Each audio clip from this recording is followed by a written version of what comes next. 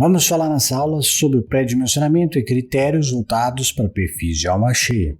Muito comum, perfil I, perfil H, perfil W, né? Que no final das contas, visualmente olhando para eles, são todos um I. Bacana? Então, aqui o que é num perfil como esse daqui? Você tem a mesa superior, você tem a alma e você tem a mesa inferior. A mesa superior e inferior, elas trabalham mais na parte de questão de resistência à compressão e tração, tá bom? Esse é o objetivo. Então, quando você está flexionando ele, você tem uma parte sendo comprimida e outra tracionada, quando você vai fazer a flecha disso daqui. E essa alma aqui, o principal objetivo dela é resistir ao esforço desse cisalhamento. Ela faz essa parte colaborativa, obviamente ela soma com as resistências da mesa, mas o principal objetivo dela aqui é na questão de cálculo, ela vai nos ajudar na questão da resistência ao cisalhamento. Qual que é o recomendado? Recomendado para vãos de até 10 metros. Isso na questão mais de projeto de galpão, mas não fique acanhado sobre isso daí. Tudo tem que fazer estudo, tudo, tá? Só porque é o seguinte, o preço dos materiais mudam. Então, qualquer variação nessa proporção entre o preço, por exemplo, de um perfil de uma cheia ou um perfil que é utilizado para poder fazer uma estrutura treliçada, a mão de obra, a localização, todas essas variáveis podem derrubar qualquer padrão que você tenha.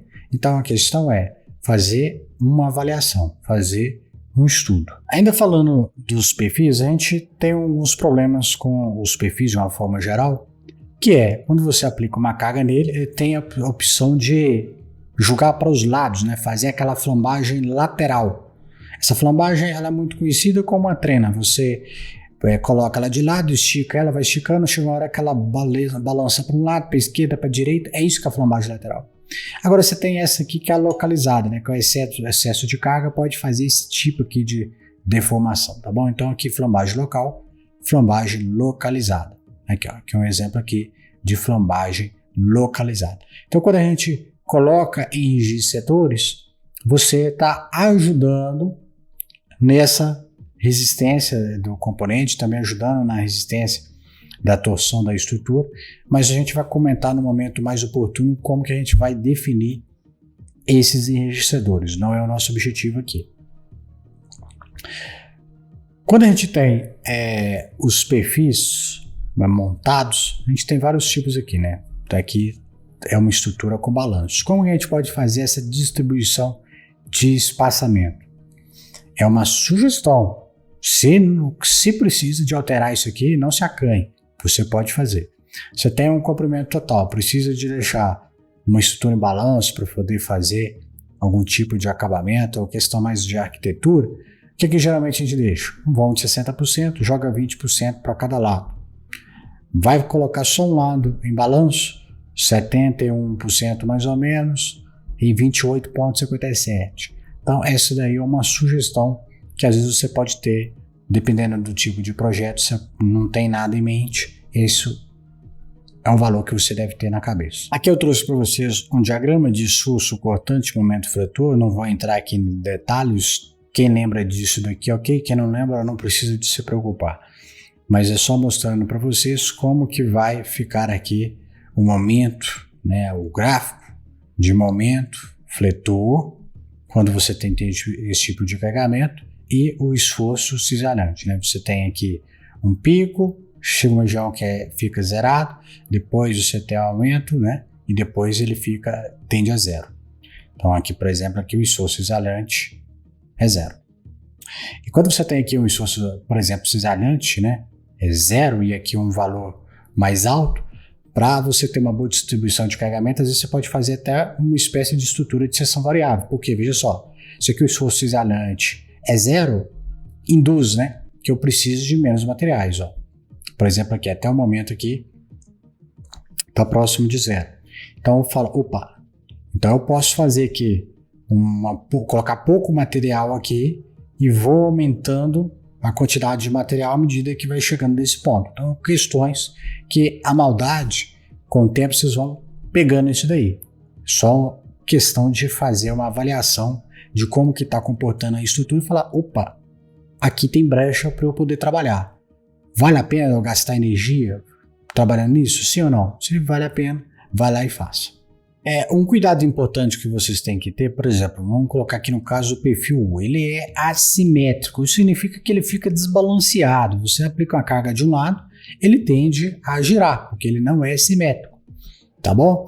E aí, muitos desses perfis você precisa ter uma atenção especial com o travamento dele para evitar esses esforços de torção, porque quando ele entra, ele sofre esforço de torção, a norma vai pedir para você fazer alguns cálculos, e aí você vai perdendo aquela questão de eficiência. Se você consegue um perfil, claro que aqui, muitos dos casos, quando a gente usa o perfil, por exemplo, em terças é impossível você não ter, às vezes, a torção, mas eu estou querendo dizer o quê? Que como ele é assimétrico, ele tende a torção, vocês vão ter que fazer, muitas das vezes, o máximo possível que puder, o enrijecimento para diminuir o comprimento desse travado. Vocês vão ver que a gente vai poder, por exemplo, colocar umas correntes, uma barra justamente para segurar ele aqui, para não deixar ele tombar. Vamos falar de um termo mais vulgar aqui, mas tem que tomar cuidado com perfis que não são simétricos, porque ele fica muito suscetível à torção. No caso de pilares e vigas, como que faz a especificação da largura e da altura desse perfil? No caso, um perfil I, tá bom? Por exemplo, a largura da mesa é de 40 a 60% de H. Tá, qual que é o valor de H? Ele geralmente varia entre 4 a 6% de L. Tá? A altura da minha viga, que no caso aqui, a altura de mesa a mesa, o que eu estou querendo dizer? Estou falando dizer isso aqui, ó. Essa altura vai ser de 4 a 6%. Você tem estrutura com carregamentos pequenos, por exemplo, é uma viga que só tem ali o carregamento de telha, carga teoricamente leve. Aí você tem uma estrutura que você tem a telha mais o vento, né, que já naturalmente poderia ter na primeira, mais placa fotovoltaica, beleza, 5%. Agora esse aí tem placa fotovoltaica, tem equipamento, já carregamentos maiores, 6%. Então pode observar que geralmente eu vou ter uma mesa menor, teoricamente estou induzindo o quê? Que eu vou ter uma largura de mesa menor do que a minha altura. E no caso de pilares, né? Pilares ou colunas, você vai determinar o quê? H, ou seja, a altura do meu perfil, vai ser o quê? De 3 a 5% de H. Tá bom? Então esse H seria essa distância aqui, ó. Tá bom? E o meu B, que seria a largura da minha mesa, do meu perfil, de 40 a 60% de H. E H é a altura da base até a altura, por exemplo, do beiral, que geralmente é onde que vai ter um nó ali fazendo o travamento da minha estrutura. Então, sintetizando aqui, bem simples. Quando for viga, de 4 a 6% a altura desse perfil. Base, né, largura da mesa, 40 a 60%. Então, simples. Foi para pilares de 3 a 5. Um pouco diferente desse aqui, né? Esse aqui é 4 a 6, aqui 3.3 a 5. A largura, a mesma coisa. Bacana? Tá na dúvida ou não quer se apegar a esses detalhes porque precisa de fazer o pré-dimensionamento? Ó, trava 5% para os dois. 5% de L para a altura do perfil, 40 a 60% da base. Faz isso para os dois, você vai estar no meio do caminho ali. Depois você vai fazer o dimensionamento aplicando a norma mesmo, efetivamente, vai corrigir. Isso aqui é só para evitar de você especular para baixo ou para cima demais e depois, na hora que estiver fazendo o projeto ali, ver que você tem que ficar trocando demais, reduzindo o perfil demais, aumentando o perfil demais.